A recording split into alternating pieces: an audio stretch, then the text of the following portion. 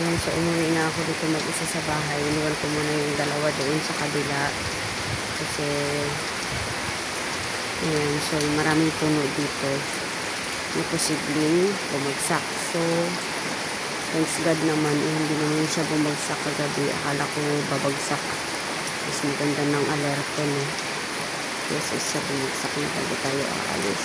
So, ayan, pinakamas malaking puno pa doon sa harap. So, yun yung ina-aware ko. Baka matumba. Yung sa pinakataas, malaking puno. Ayan, so, mamaya pagtira ng ulan, didipat na rin ako sa kabila. Chinet ko lang dito sa bahay kasi iniwanan ko dito kagabi na sabi ko baka basa yung mga gamit namin. So hopefully wala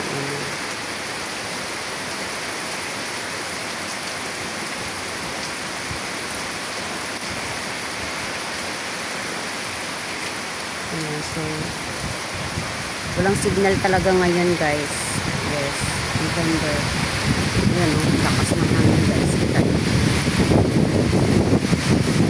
Grabe, ito ko sa labas. Siguro mapupost pa natin to after ng ganda-ganda na yung panahon. So ayun, guys, ingat tayong lahat ha sa bawat natin. Pray always.